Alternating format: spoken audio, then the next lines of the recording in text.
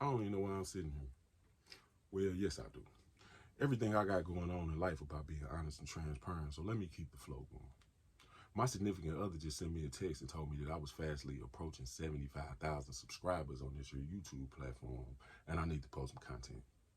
Tell a story, post an old video, what have you, whatnot, but almost 75,000 people will subscribe to the channel, and I need to keep them entertained. So let me entertain you. Story time.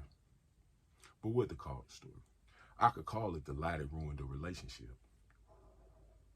That's hard.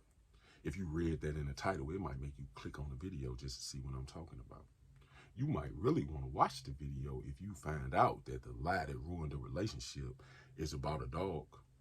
With everything else that I got going on in life, I might as well stay in my lane and keep my foot on the gas, if you know what I'm saying. But I don't want to call it that. I could call it my mama gave her house to the dog. But that sounds like clickbait, don't it? But no, it really happened that way. And, anybody who know me in real life know that that's just kind of how the situation played itself out. And it might explain to you why I take care of my animals the way that I take care of them. I got that from my mama. But just for story's sake, let's call this the precious story. So I came home from prison the first time in 2010. Yes, I went back. No, I don't want to talk about it. You really want to know? Okay, I'll help you out. My first book, Loud, A Strong Story, 0.5, A Half a Gram by Damon Smith, is available on Amazon, Kindle, and BarnesandNoble.com, if I'm not mistaken. Don't quote me, but I think it's on there. You will have to look it up to find out yourself. But if you want to know why I went back to prison the second time, it's in that book. Moving right along. So I came home from prison the first time in 2010, and my mother suffered from multiple sclerosis. If you know what MS is, it's an autoimmune disease that eat at the spinal cord. It's painful, and between me and you, I don't want to talk about that neither. But when I came home, my mother still lived in her house, and she used to have the nurses that came in and out to make sure that all her needs were taken care of. And between me and you, them people wasn't doing nothing. I ain't gonna talk down on them. I ain't gonna talk bad about that line of work or none of that. But from what I seen myself, not never in life. And I don't even want to talk about who it was because I actually knew the person that wasn't doing what they were supposed to be doing. Moving right along. When that wasn't working out the way that it was supposed to work out, I just came home from prison, and yes, I was on parole. No, I don't want to talk about it. I had to get a job on it. We ain't gonna. Let's just move past it. After I seen how everything was going, I had my mother put in a nursing home because she needed 24-hour care. That's a whole nother story. And the way this looking, if I'm gonna start telling this story, it's gonna lead to me telling a whole bunch of other stories. But let me tell you this story, and then we'll move on to the rest of them later. If you want to know, just leave it in the comment section. I'm gonna read the comments in this video. So I put my mother in a nursing home, and my mama had a 3.5, 4-pound miniature pincher, like the mini pincher that look like the big Doberman pincher, but it's the small version. Yeah, she had one of them. And when I put her in the nursing home, she let me know that the house now belonged to the dog, and somebody had to stay there. Me and my wife and her son, we could stay there. Yes, I was married. No, it's a whole nother, just drop it in the comments. I'm telling this story. I'll tell the rest of the story later on. So I put my mother in a nursing home, and somebody had to stay in the house with the dog. My little brother didn't want to stay. That's another story. I'm seeing how if I even tell this story, that it's going to lead to me telling a whole bunch of other stories. And that's just kind of going to be what it's going to be because I need to post the content anyway. So fast forward me and my wife moving to the house, and we taking care of the dog. Fast forward a little bit more, my wife divorces me and leaves me and the dog there. She took everything else. That's a whole nother story too. I'm talking about. She took my mama cash on her skillet. Me and her still beef about that to this day. Like, that was my mama cash on her skillet. When she left me, she did not have to take my mama cash on her skillet. She could have took everything else and just left the skillet there. But she didn't, because she was mad at me, and When you get mad at somebody, you do everything in your life to inconvenience them. And I understand it now that I'm older, but at the time, that just burnt my biscuit, if you get what I'm saying. But needless to say, my ex-wife divorced me, and nobody there but me and the dog. I don't got no kids, so it's me and the dog, and me and the dog is jamming. Fast forward a little bit further than that, I get back in the street life. And this is where things start to get a little trickier. So I get back into the street life, and like I said, if you want to know how I went back to prison, it's in that book. So I get back into the street life, and I start back doing everything that I was doing, and the dog was there. I didn't talk about the dog in the book because it is a sensitive subject to me, and I don't know why I'm talking about it now. But my significant other told me that I need to tell a story or post some content, so I'm telling a story. So I get back into the street life, and we playing in the streets heavy, and I'm not gonna mention nobody that I was dealing with at the time because it's not relevant to the story.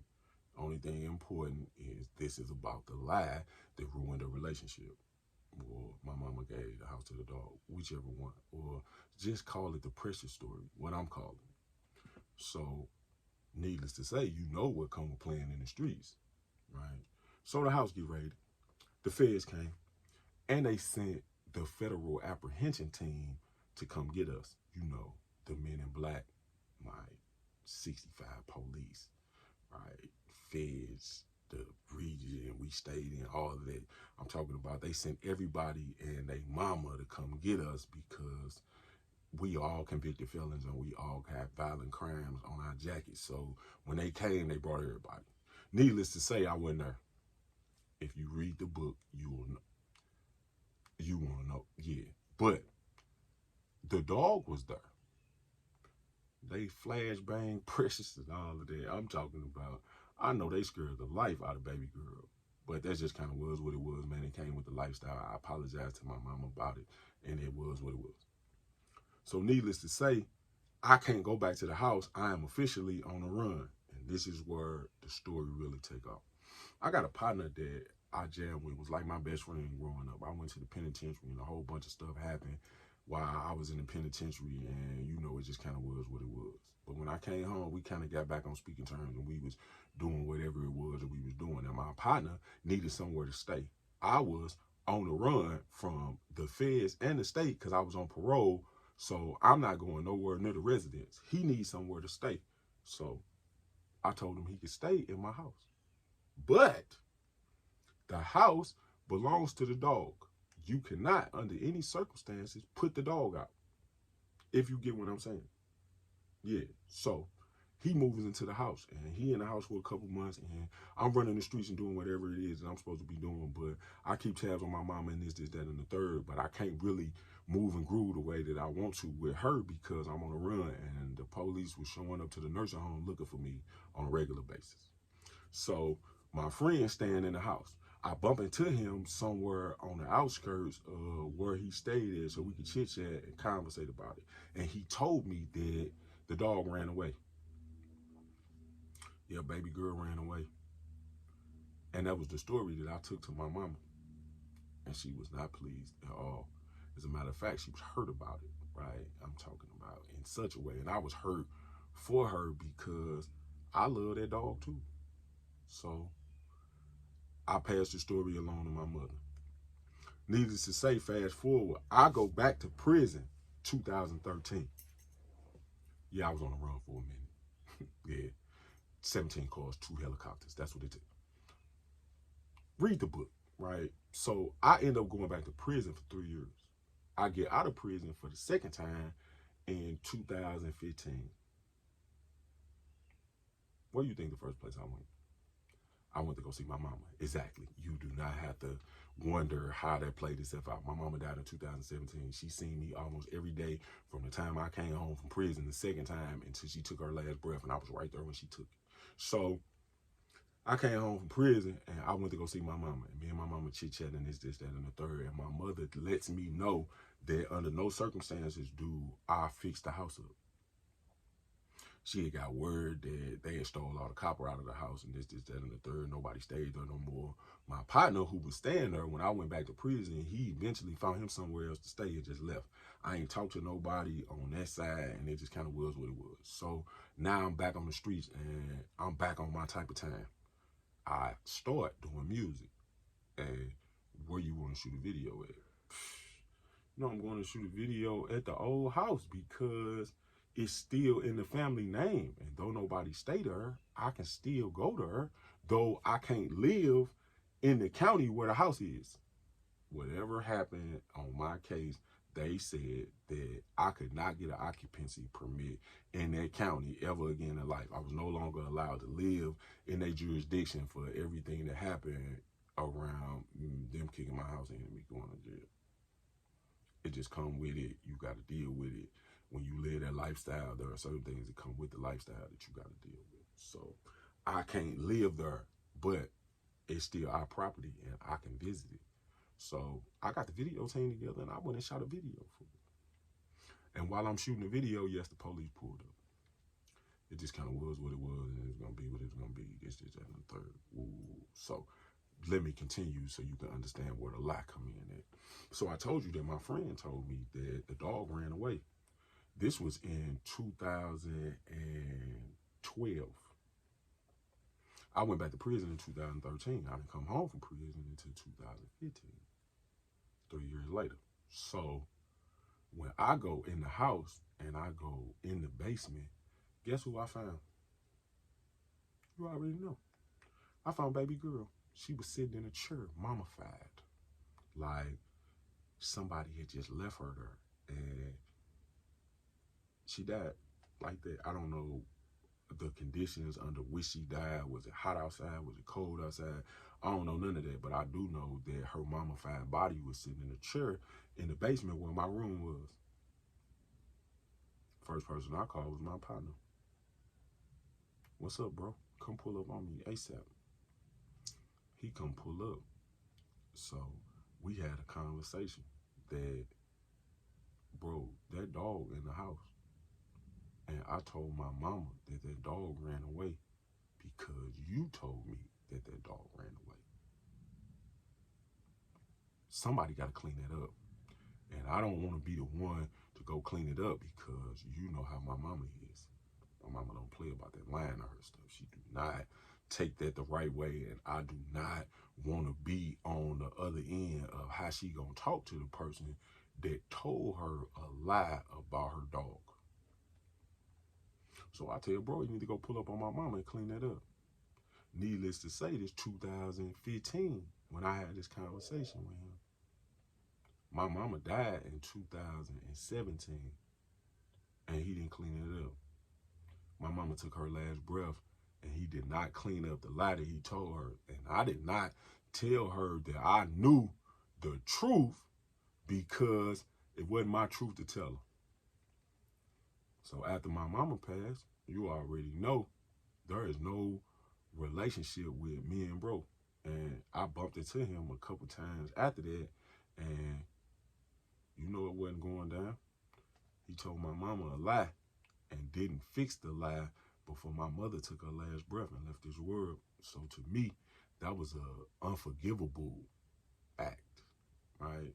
It was also an act that could cause violence because in my mind, I wanted to do something super stupid. But my mother told me on her deathbed, under no circumstances do I do anything that would get me sent back to prison. That's kind of how I'm in the lifestyle that I'm living right now, is because of my mother and the conversations that we used to have. I gave her my word I'd stay out of jail, and being mad and angry and following those feelings and emotions would cause me to do something that would go against what she told me to do, if you get what I'm saying. So I didn't do nothing to him, though I wanted to. I swear for the Lord, and he knew I wanted to. And needless to say, it got passed along that through the grapevine, me and him had an issue because of what have you, whatnot. But nobody knew that the issue that we had was because he lied to me, I lied to my mother, and he wouldn't fix it before she passed. That was the only thing I wanted him to do, go talk to my mama and tell her that her dog didn't run away. Her dog died in the house because he left and didn't take care of the dog or didn't leave the house with somebody that could take care of the dog. And it just was what it was. That's how that relationship ended. And it will stay ended because you can't go back and clean that up when you had the opportunity to clean that up. I just get emotional when I think about my mom because I would give anything in the world to have her paralyzed from the chest down right now for me to talk to her. At this point in my life, I probably would have went on and whispered in her ear, you know, dude, let the dog die. And it was still in the house when I came home from prison after doing 3 years. I found it and it just kind of did something to me. And I ain't really want to tell you because I knew how you was going to feel about it. And I didn't want to change your feelings towards him because you felt like he was your child and your child would never do nothing like that to you. And that just was what it was.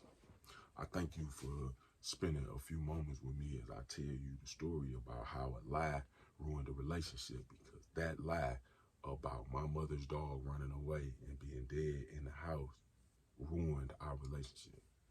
We ain't never gonna be cool. We ain't never gonna be friends. No matter how many memories we had behind us, they behind us and they gonna stay there, because the only memory that comes to my mind when I think about him is the fact that he lied to me, I lied to my mama, and when the truth came out, he didn't fix it. I have a good day and be safe. I already know it's going to be a whole bunch of questions that people going to have about this story if they actually take time to listen to it. And I'm going to answer them. I'm going to do story times about whatever it is that you want to know about me coming home from jail, about me being married, about me getting divorced, about me. I don't really want to talk about getting back in the street life and going back to jail, but I will if I have to, and about all of the things that happen after that, that brings me to the point of me sitting down to tell you this story. Y'all have a good day and be safe. Hey, now.